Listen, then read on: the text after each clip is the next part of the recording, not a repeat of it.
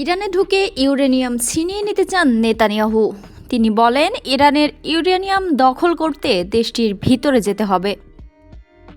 ইরানের বিরুদ্ধে যুক্তরাষ্ট্র ইসরায়েলের যুদ্ধ পুরোপুরি শেষ হয়েছে বলা যাবে না, যতক্ষণ পর্যন্ত ইরানের মজুদ সমৃদ্ধ ইউরেনিয়াম সরিয়ে নেওয়া না হয়। এমনটাই মন্তব্য করেছেন ইসরায়েলের প্রধানমন্ত্রী বেনিয়ামিন নেতানিয়াহু। গত রোববার 10 মে সিবিএসের জনপ্রিয় অনুষ্ঠান 60 মিনিটসে দেওয়া এক সাক্ষাৎকারে তিনি এসব কথা বলেন। বেনিয়ামিন নেতানিয়াহু বলেন, যুদ্ধ এখনও শেষ হয়নি, কারণ ইরানের কাছে এখনও সমৃদ্ধ ইউরেনিয়াম মজুদ রয়েছে, যা সরিয়ে নিতে হবে।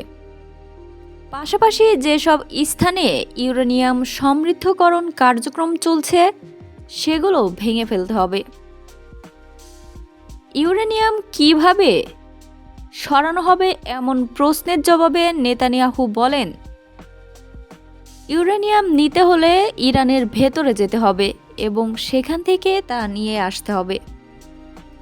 তিনি দাবি করেন, এ বিষয়ে মার্কিন প্রেসিডেন্ট ডোনাল্ড ট্রাম্পের অবস্থানও ঠিক একই। নেতানিয়াহুর ভাষ্য, প্রেসিডেন্ট ট্রাম্প আমাকে বলেছেন আমি সেখানে যেতে চাই। তবে নেতানিয়াহুর এই বক্তব্য ট্রাম্পের প্রকাশ্য অবস্থানের সঙ্গে পুরোপুরিভাবে মিলছে না।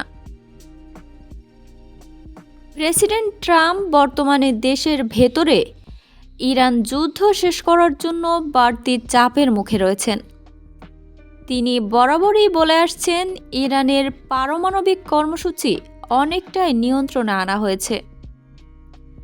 রোববার প্রচারিত আর এক সাক্ষাৎকারে ট্রাম্প বলেন, ইরান সামরিকভাবে পরাজিত হয়েছে এবং যুক্তরাষ্ট্র চাইলে যে কোনো সময় ইউরেনিয়াম সরিয়ে নিতে পারবে। টেলিভিশন সাংবাদিক শ্যারিল অ্যাটকিসনের সঙ্গে আলাপকালে ট্রাম্প বলেন, আমরা যখন চাই তখনই সেটা নিতে পারব, তবে পুরো বিষয়টি আমাদের নজরদারিতে রয়েছে।